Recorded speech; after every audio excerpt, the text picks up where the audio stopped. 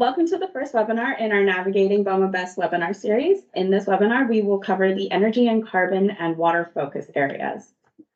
I am your moderator, Mary Louise Velasco, and I am the Senior Manager of Standards at BOMA Best. Our speakers today are going to be Corinne Shonville and Ray Dumusha. And before we get started, we would like to do the land acknowledgement. BOMA Canada would like to acknowledge that its office is located in Toronto on the traditional territory of many nations, including the Mississaugas of the Credit, the Anishinaabe, the Chippewa, the Haudenosaunee, and the Wendat peoples, and is now home to many diverse First Nations, Inuit, and Métis people. We also acknowledge that Toronto is covered by Treaty 13 with the Mississaugas of the Credit. All right, we're going to start with an overview of BOMA Best 4.0. So the BOMA Best Sustainable Program is a certification program and management tool that provides a roadmap on decarbonization, waste and water reduction, retrofit for accessibility, and to navigate climate risk and more. The system is designed to be a practical approach to improving sustainability in building operations and management. BOMA Best 4.0 launched in April 2023. Some of the changes that you see to the BOMA Best program were based on feedback and input from users, stakeholders, and industry representatives. BOMA Best aims to push the industry forward and keep up with important sustainability trends. Also launched in April 2023 was our new BOMA Best Hub. It is an online platform and tool to complete BOMA Best assessments, track your certifications, and report on building and portfolio performance. These are the asset classes that are eligible for BOMA Best. Buildings are eligible for a specific asset class if more than 75% of that building is the associated building use and meets the minimum floor requirements. The universal asset class is available for any of the building types that you don't see presently here. So that could be anything like an aquarium, zoo, casino. BOMA Best does not certify new construction. This is an important thing to note. The buildings must be in operation and occupied for a minimum of 12 months to be eligible for the BOMA Best program. BOMA Best 4.0 now includes 6 areas of assessment called focus areas, compared to the 10 in the previous 3.0. New focus areas include the topics such as decarbonization, equity, enhanced engagement, and resilience. BOMA Best 4.0 also has a reduced number of baseline practices. So we went from 16 best practices to 12 baseline practices. These are mandatory minimum requirement questions necessary for any level of certification. The 12 baseline practices are listed here, and all of these baseline practices are questions related to each of the 6 focus areas in 4.0. BOMA Best 4.0 still has 5 certification levels. Achieving a level is dependent on the score achieved after a verification is completed. The score thresholds for each level are listed here. Something to note that regardless of the level achieved, the baseline practices must be answered with supporting documentation uploaded to the application. And now I'm going to hand it over to Corinne and Ray for the energy and water details.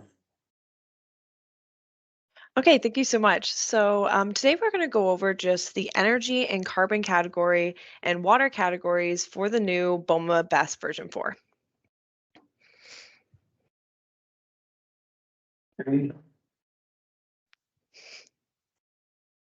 Okay, so I'm a member of the sustainability team at Morrison Hershfield, now Stantec.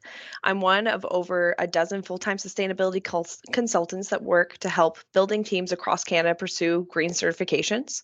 Our team has the ability to provide extra support through in-house specialized services required by many green rating systems.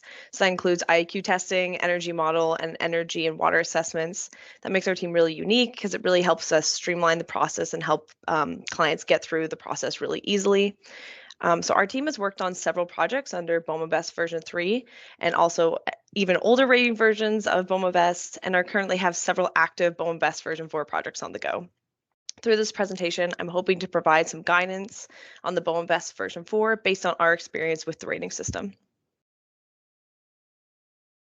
So just an overview of what I'm going to go over today. So I'm going to do a very high level look at the energy and carbon and water categories, what's new for BOMA Best, what services are going to be required, and what are some of the old documentation you can use going forward with version 4. So just to preface, this presentation is going to mostly focus on sustainable buildings under the offices classes. There's slight differences between the asset classes, and I really encourage you to go look at the field guide for some of that specific knowledge. We're also going to pass it off to Ray, and he's going to provide some really unique insight on what he looks at when he's going to site and verifying these projects. Okay, so for the energy and carbon category, we're going to go over just like an overview, kind of some of the general categories, and really show you what is new to this system. Okay, so going from version 3 to version 4, the focus is really on streamlining the process, as well as adding some things that are going to be more relevant to green buildings going forward. So in version 3, there were 5 best practices and 40 questions, and only focused on energy. Now that has been streamlined, we have reduced to 3 baseline practices, and now there's only 31 questions, but we have added carbon to the mix. So instead of just looking at energy as energy consumption, we are also looking at carbon emissions, which is super interrelated into your energy consumption. So just like in version 3, one of the main baseline practices is to perform an energy assessment. So if you are recertifying your project or familiar with BOMA Best version 3, this will be very familiar to you. The baseline practice is an ASHRAE level 1 assessment. This is a walkthrough assessment. It looks at utility data and provides a very qualitative view of your energy consumption. So it has to be done every 5 years and should include low or no cost energy conservation measures. New to BOMA Best version 4 is a carbon assessment. So don't panic if you have an energy assessment that you did recently. No worries, this is still applicable to BOMA Best. So you can take that energy assessment that you have previously done and just do a carbon assessment on top of that. So building professionals can take that energy assessment data and process it to produce your carbon assessment on top of that. For projects that want to go above and beyond, you can start looking at the higher level of ASHRAE level energy assessments.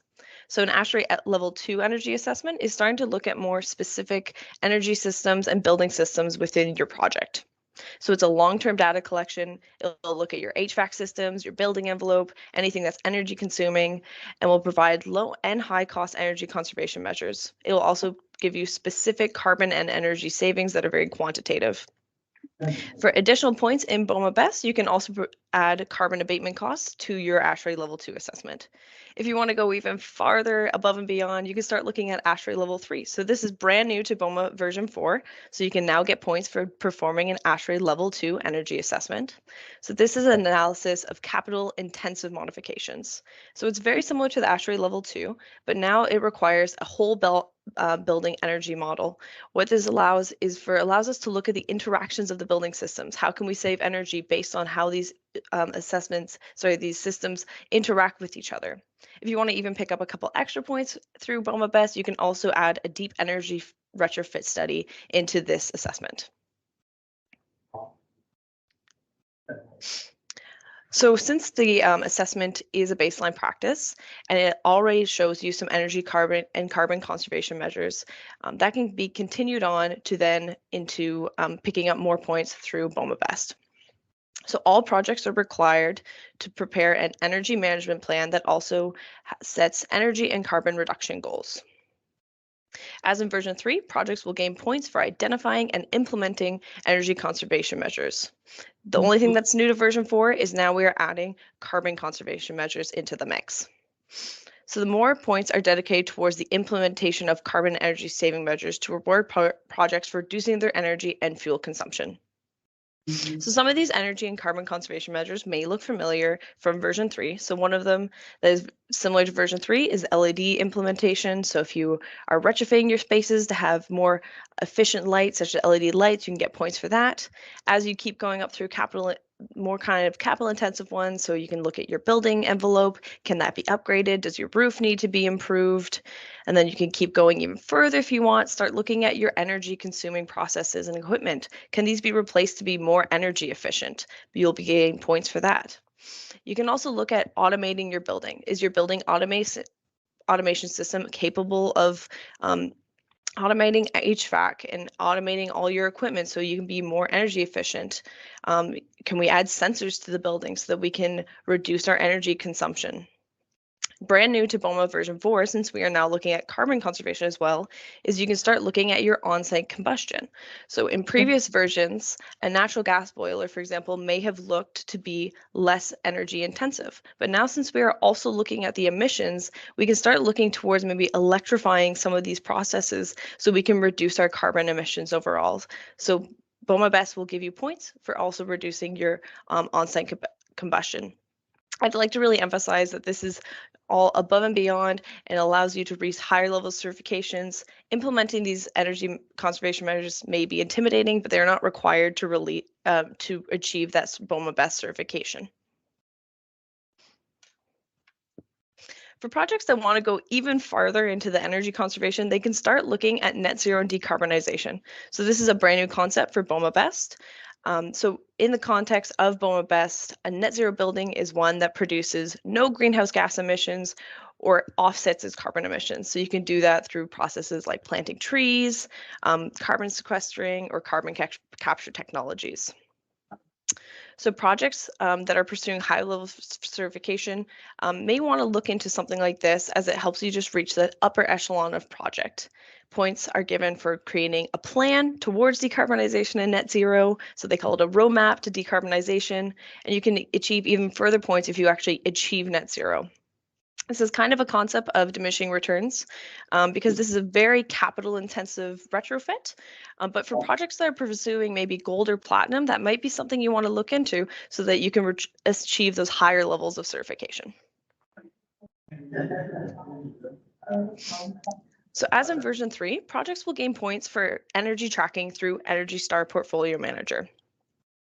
So if you're familiar with Energy Star Portfolio Manager from previous certifications, it allows you to upload your utility data to the platform, and it will produce a score based on your energy usage.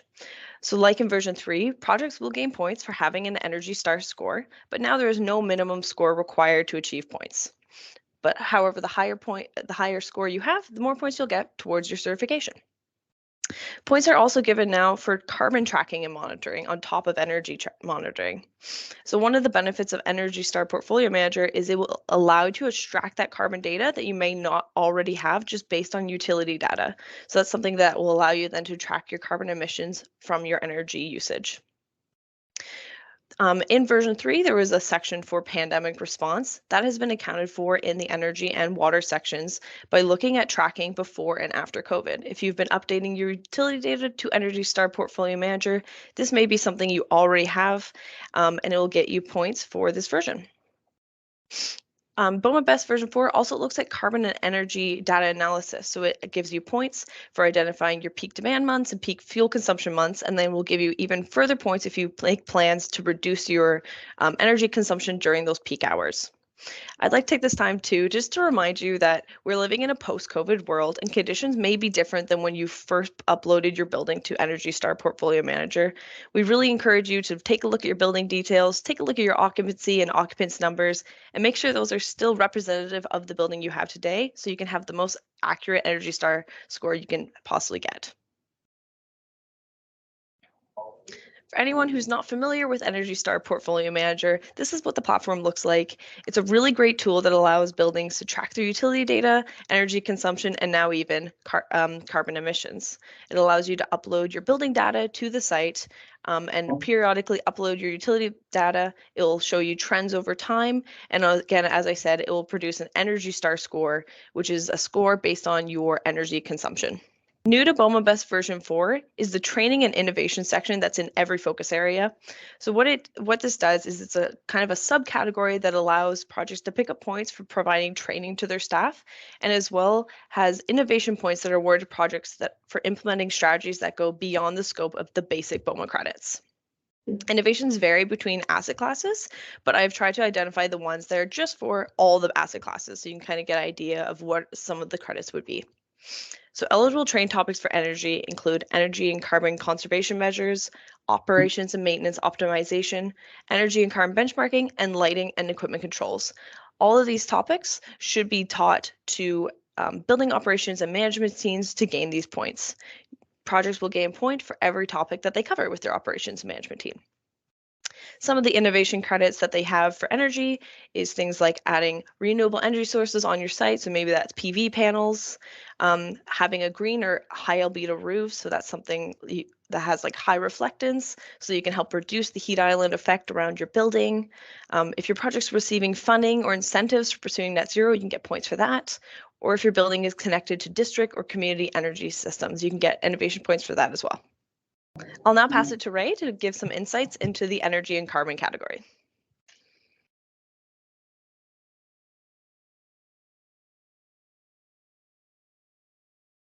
Well, thank you, and thank you for allowing me to be part of this.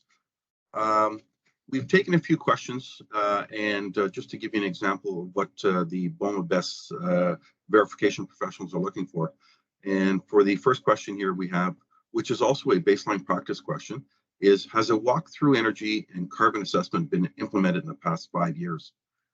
So the requirements are making sure that the assessment cannot be older than 5 years. We have found in the past that sometimes, there's 7 or 8 years since the last time it was done. So it's very important to make sure that they're kept within the 5-year. Energy utility history for each energy source. Greenhouse gas inventory or carbon emission history for each carbon source. Baseline energy consumption and carbon emission, and low and no cost energy conservation and or carbon reduction measures. And what is it that the BOMA BEST verification professional was looking for? Well, as a verification professional, we will ask you to give us data sources where they were referenced to obtain grid emission factors. We will be verifying that the assessment was completed in the proper time frame and confirm all aspects of the requirement that have been fulfilled to achieve the baseline practice.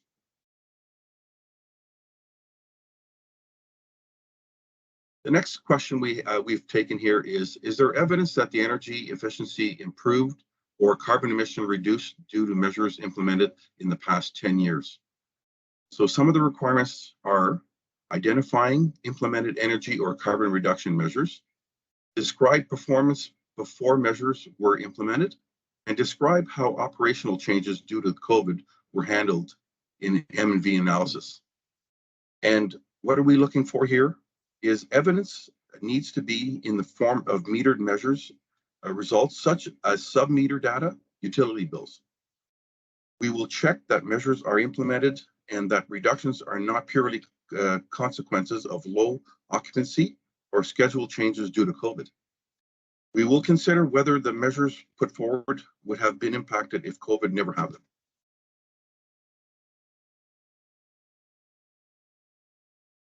Next question we have here is, are mechanisms in place to proactively assess systems and or equipment performance for optimization opportunities? And some of the requirements here are descriptions of process for assessing equipment performance and examples of correction implemented as a result of monitoring. And what we're looking for here is the building automation system may include ongoing commissioning tools. They can take in the form of specific pages or dashboards within the regulation platform. We will also have the control technician describe to us the process that give us examples.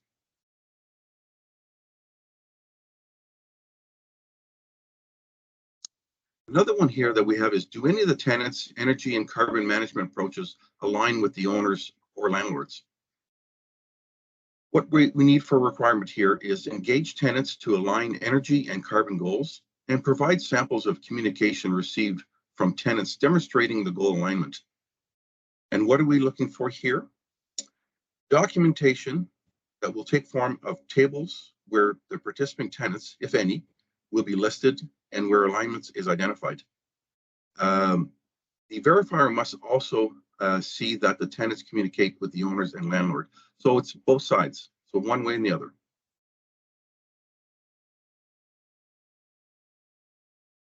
Okay, thank you so much. We're going to now jump into the water focus area. So just like in the energy category, I'll give you a nice overview, break down some of the subcategories, and then Ray will come back in and explain his kind of some more detailed credits and what he looks for on site. Okay, so the water category, the topics covered within the water category have remained largely the same, but the process has been greatly streamlined. So in BOMA Best version 3, there were 2 best practices and 37 questions within the water category. In version 4, this has been reduced to 2 baseline practices and only 9 questions, which is really great because this makes this category a lot more approachable when you're working through the certification system. This was largely achieved by combining multiple questions into one larger question, just so it's so much easier to look through and understand what's going on. So in version 3, there might have been several questions talking about low flush filters or water conservation measures. This is now one question where projects can say yes or no to several different categories and even add non-applicable to those categories and pick up points. So one of the baseline practices for version 4 is the walkthrough water assessment. So if anyone's recertifying or is familiar with BOMA Best version 3, this will look very familiar to them because it is the exact same moving from BOMA Best version 3 to BOMA Best version 4. So the walkthrough assessment has to be done every 5 years. It looks at analysis of water utility data over 12 months. It has to include water consuming equipment and should have a prioritized list of water conservation measures and the payback period for each. So if you have a water assessment that you completed previously and you're looking to recertify a project, there are no further requirements from BOMA Best version 3. So if you have a water assessment that is less than 5 years old at the time of submission, then you can still use that water assessment as long as it meets the requirements from BOMA Best version 3. So in the baseline practice, you are identifying those water conservation measures through that walkthrough water assessment. So now you can get more points for implementing those conservation measures and reducing your overall water usage. So some of the low-cost water conservation measures that might get identified in your assessment may be things like adjusting your flush rates or flow rates on fixtures that have that are adjustable. They also might be things like installing high-efficiency aerators to faucets to help reduce those flow rates. If you want to start looking at a little bit more capital-intensive retrofits, it could be looking like actually replacing those fixtures, providing low flush rate fixtures, water sense fixtures, things that are reducing how much water consumption is coming from those fixtures. If you want to even go farther into the points and even put more capital into reducing your water consumption, you can start looking at your equipment and how much water is being consumed by those equipment. Can these be replaced or adjusted so they're more efficient, so they're using less potable water? If you want to even go further above and beyond, you can start looking at alternative water sources. So can we use non-potable water sources in some of our for irrigation or water processes so that we can reduce how much potable water is being used on in a project? So much like in the energy category, water usage tracking will gain project points. Points are awarded for whole building benchmarking, proof that the water tracking was done before and after COVID, and ongoing water usage monitoring by the building's operation and maintenance team. Though it's not required, we really recommend that clients use Energy Star Portfolio Manager to track their water usage. If you're already uploading your energy bills to Energy Star Portfolio Manager, you'll be familiar with that process, and it's really simple to then upload your water bills. The benefit of uploading to Energy Star Portfolio Manager is it syncs to the BOMA Best Hub. It's all interconnected, so that data will be automatically sent to the BOMA Best Hub. It will provide you with all the data you need to hit those BOMA Best credits, such as your water usage intensity, and it allows you just to very simply extract all the data and have all your utility data in one place. So your points will be earned based on how often you're looking at your data, how often you're tracking it, and how much you're analyzing that water data, much like in the energy category. Another kind of subcategory of this focus area is water hazards. So the baseline practice associated with water hazards is a mold and water damage management plan. So this is requiring teams to create a policy of what will happen when water damage occurs, how that will be handled, how projects will handle mold in the building, and mitigating water damages such as that. If they want to go further and above and beyond to achieve higher levels of certification, they can start looking at the Water Damage Response Program credit. So that question involves teams creating a more detailed policy of what processes they're going to put into place if water damage occurs. It also requires projects to have 3 contacts for professionals who can respond very quickly to water damage and help mitigate the effects of water damage. Another water hazard that teams can receive points for is looking at Legionella bacteria control management. So if anyone who's familiar with BOMA Best version 3, Legionella bacteria testing was one of the could pick up points in the previous version. This is slightly changed into version 4, so it's no longer required to perform Legionella bacteria testing to achieve the question, but you will have to create a plan of how you'll be managing Legionella bacteria going forward. We'd also like just to get a heads up that if you have federal tenants, this might be a requirement of your lease. So just because it's no longer required to achieve the credit in BOMA, we highly recommend that you continue doing your Legionella bacteria testing if it's something that's required in your lease. Finally, in the training and innovation section, so again, just like in energy, this will identify eligible topics for training and some innovation credits that go beyond the BOMA Best basic scope. So the training should be done for the building operations management team, just like in the energy category. And some topics that can be include water conservation measures, tracking and monitoring, water benchmarking, and water hazards. Some of the innovations for the water category is potable water testing. So if you do Legionella testing or other water testing, you might be able to pick up some points here for that. Using RealPAC's normalized water usage intensity tool. So this is a water budgeting tool that can help you identify some places for where you can maybe reduce your water consumption. Installing dual flush rate toilets in your tenant spaces. So this is a high efficiency fixture that's slightly capital intensive, so you can pick up points for installing those. Having sub-metering on equipment that uses a lot of water, especially processing equipment.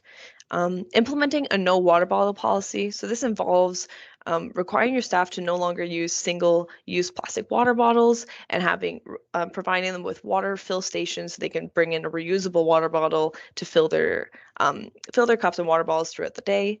And then finally, teams can also earn points for using alternative water sources. So for things like gray water or using it for irrigation, non-potable sources for irrigation to reduce your overall water consumption of potable water sources. I will now pass it back to Ray to look at some tips and tricks for the water category. Thank you. And similar to the energy, for the water assessment, we've picked a few questions to give you an example of what we're looking for. So the first question we have here is, which water conservation measures were implemented in the past 5 years? And the requirements are to review the water reduction measures from the past assessment, calculate percentage implemented, and document implementations of measures. And what do the BOMA Best verification professionals look for? We're looking for evidence of water usage analysis that must be provided in combination with a description of water conservation initiatives implemented. We also have applicants might perform the demonstration through the end use approach and apply some regression analysis to isolate the impact of a specific water conservation measure. The next question we have here, is there a process in place to respond to leaks or water infiltration issues? And the requirements are to contact detail of 3 pre-qualified service providers in case of water damage emergency. Description of their credentials and approach to address water losses. And what do we look for in this one is discuss the links with the involvement and with the plan described. And in the case of a disaster situation that has occurred, the demonstration would include a narrative of a case demonstrating the practices or work orders fulfilled.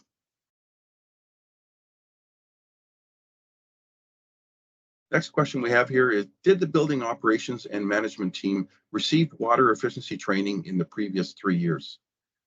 Again, timing is very important here. And the requirements is to provide applicants courses outline, list of staff members of whom training would apply, and evidence of training received In other words, records of attendance, certificates, and credentials. And as a BOMA Best verifier professionals, what we're looking for here is that we're looking for the course outlines, the participation certificates, and discuss the ongoing approach. Again, very important to make sure that you have all the documentation that is needed to fulfill these questions.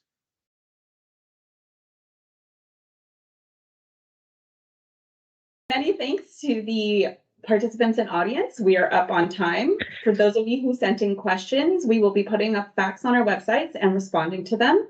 And please take note of our next focus area webinar, the Indoor Air Quality and Hazards, coming in March 2024. And then for more information, please visit www.bomabest.org. And if you have any questions about BOMA Best Sustainable, please contact us at info@bomabest.org.